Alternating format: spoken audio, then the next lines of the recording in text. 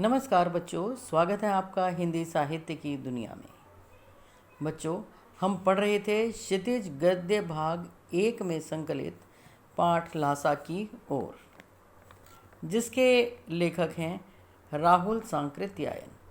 तो बच्चों, कल हम यहाँ तक पढ़ चुके थे। ये देखिए यहाँ तक, और आप ऊपर से 10वीं पंक्ति देख लीजिए कि जिसमें यहाँ तक उसने सुमति ने जब लेखक से कहा कि मैं आसपास के गांव में जाकर गंडे बांट आता हूँ, क्योंकि वहाँ उसके यजमान थे बहुत सारे।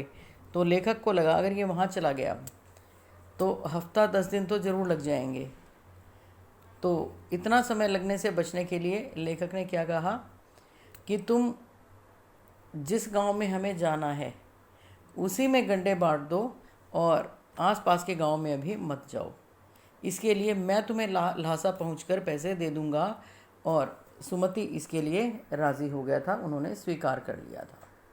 इससे आगे दूसरे दिन हमने भरिया ढूंढने की कोशिश की, यानी भारवाहक अथवा कुली। उन्होंने बहुत ढूंढने की कोशिश की लेकिन वहाँ उनको नहीं मिला, लेकिन कोई नहीं मिला। सवेरे ही चल दिए होते तो अच्छा था, लेकिन अब 10-11 बजे की तेज़ धूप में चलना पड़ रहा है। तिब्बत की धूप भी बहुत कड़ी मालूम होती है। यद्यपि थोड़े से भी मोटे कपड़े से सिर को ढक लें तो गर्मी ख़त्म हो जाती है। तो मतलब जब उनको कोई कुली अथवा भारवाहक तो मिला ही नहीं, तब उन्होंने स्वयं ही चलना आरंभ कर दिया। लेकिन थोड़ा देर हो जाने के कारण धूप भी बढ़ गई थी, और यदि थोड़ा सा कपड़े से ढक लें तो गर्मी कम भी हो जाती थी। ऐसा वहाँ का मौसम था। आप 2 बजे सूरज की ओर मुँह करके चल रहे हैं। ललाट धूप से जल रहा है और पीछे का कंधा बर्फ़ हो रहा है। फिर हमने पीठ पर अपनी अपनी चीज़ें लादी, डंडा हाथ में लिया और चल पड़े। और क्योंकि और कोई चारा था नहीं, अपना अपना सामान स्वयं लेकर वे मंजिल की ओर चल पड़े।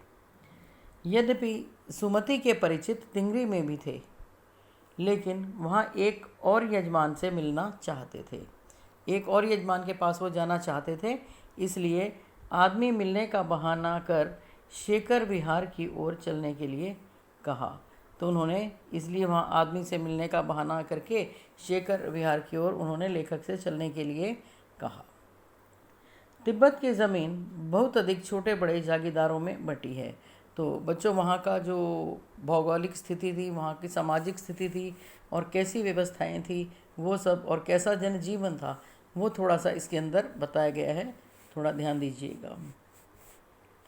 इन जागीरों का बहुत ज़्यादा हिस्सा मठों के हाथ में है। मठ कहते हैं मंदिर को। जैसे हमारे मंदिर होते हैं ना, आपने पढ़ा था ना कबीर का मठ, तो वो मंदिर की ही तरह होते हैं। उनके लिए जो बहुत बौद्धों के जो पूजा के स्थल एक तरह से हैं, उनको मठ कहते हैं। तो तिब्बत की जो ज़मीन थी वो बड़े छोटे जागीरदारों में बटी हुई थी, और उन जागीरों का बहुत बड़ा हिस्सा जो था वो उन मठों के हाथों में थे। और अपनी अपनी जागीर में हर एक जागीरदार कुछ खेती खुद भी कराता है, जिसके लिए मज़दूर बेगार में मिल जाते हैं। बेगार का अर्थ क्या होता है बच्चों? बेगार का मतलब होता है कि मुफ्त में काम करना, एक तरह से बिना पैसा लिए, बिना मजदूरी लिए। तो बेगार में उनको मजदूर वहाँ पर मिल जाते थे।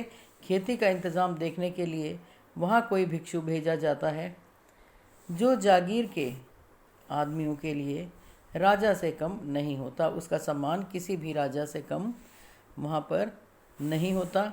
शेखर की खेती के मुखिया भिक्षु नमसे, यानी उनका नाम नमसे था, वैसे उनको मुख्य भिक्षु थे, वहाँ के बड़े भद्र पुरुष थे, भिक्षुओं के प्रधान समझ लीजिए। वह बहुत प्रेम से मिले। हालांकि उस वक्त मेरा भेष ऐसा था कि कुछ भी ख्याल करना चाहिए था।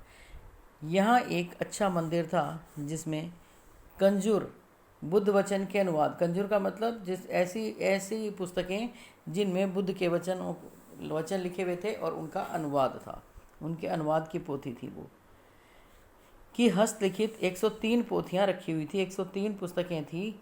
और मेरा आसन, क्या कहता है लेखक, कि मेरा आसन वहीं लग गया। मतलब लेखक की रुचि पढ़ने में बहुत अधिक थी और उसने जब वो मोटी मोटी पोथियाँ वहाँ पर देखी बुद्ध वचन के अनुवाद वाली, तो वहीं उसने पढ़ना शुरू कर दिया। वह बड़े मोटे कागज़ पर अच्छे अक्षरों में लिखी हुई थी। यानी जो लिखी हुई थी, वे पोथियों में जो लिखावट थी वो बड़े बड़े अक्षरों में लिखी हुई थी, जो साफ समझ में आ रहे थे। और एक एक पोथी 15 सेर से कम नहीं रही होगी।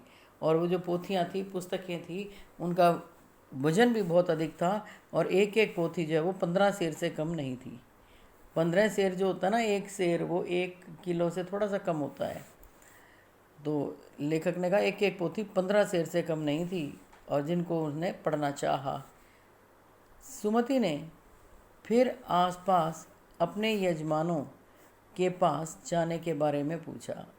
फिर सुमति का मन तो बार बार अपने यजमानों से मिलने के लिए कर रहा था। उसने फिर लेखक से पूछा, मैं अब पुस्तकों के भीतर था।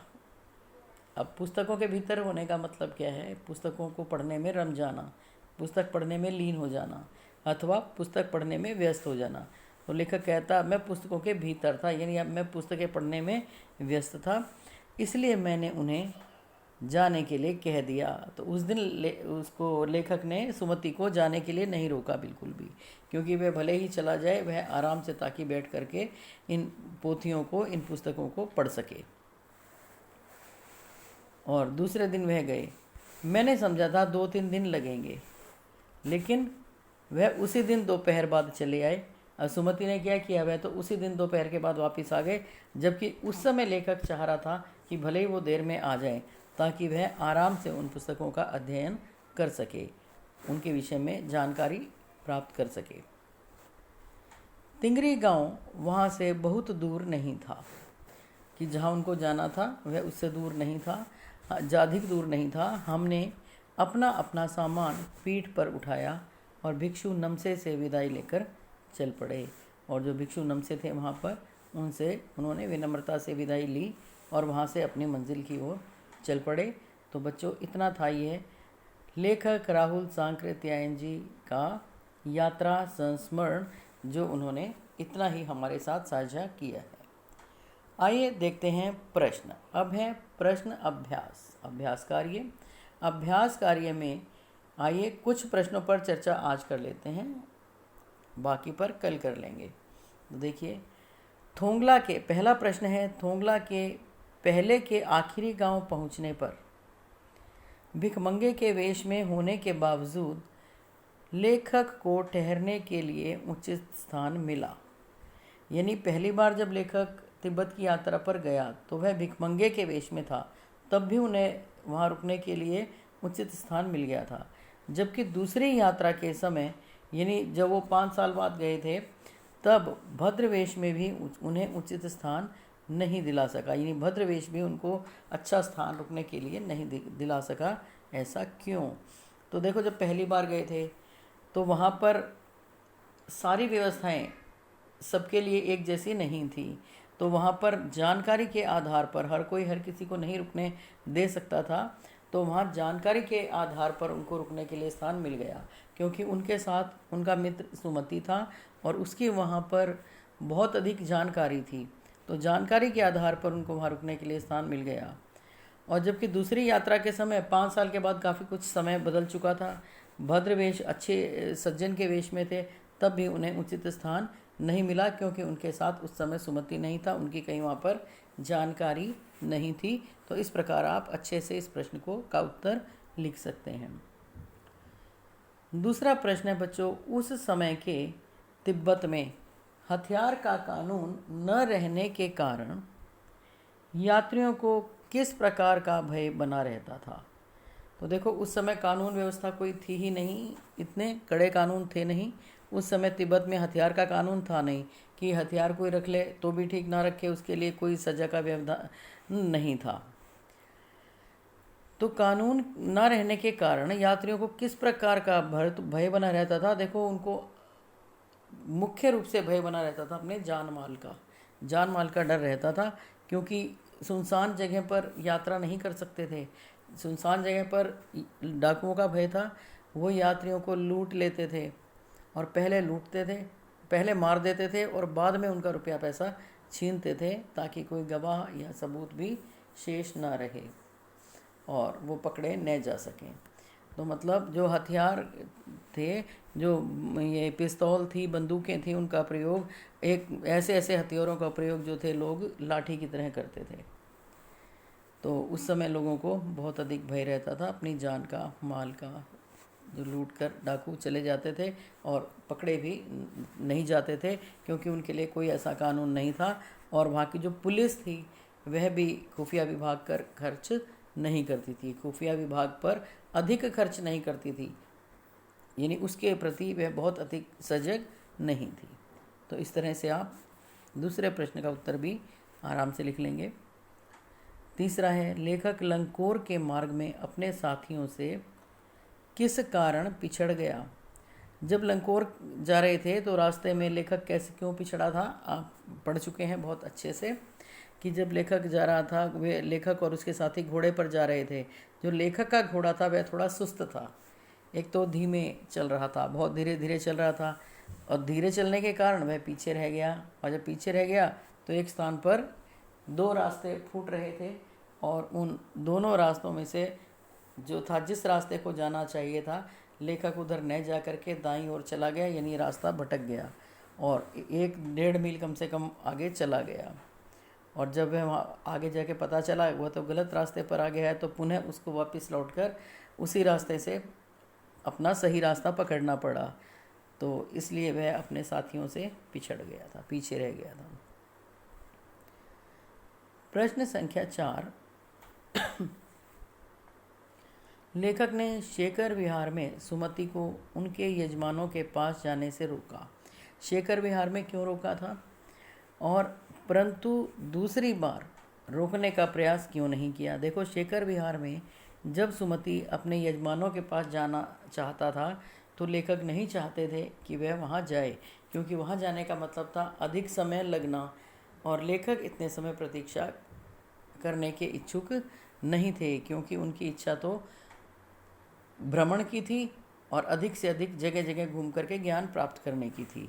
तो उसमें समय बर्बाद नहीं करना चाहते थे, इसलिए उन्होंने सुमति को अपने यजमानों के पास जाने से रोका। लेकिन दूसरी बार प्रयास इसलिए नहीं किया क्योंकि जो वो चाहते थे उनकी इच्छित वस्तुएं उन्हें मिल गई थी, अर्थात अध्ययन की सामग्री उन्हें उपलब्ध हो गई थी और वो उनको पढ़ने में व्यस्त हो गए थे।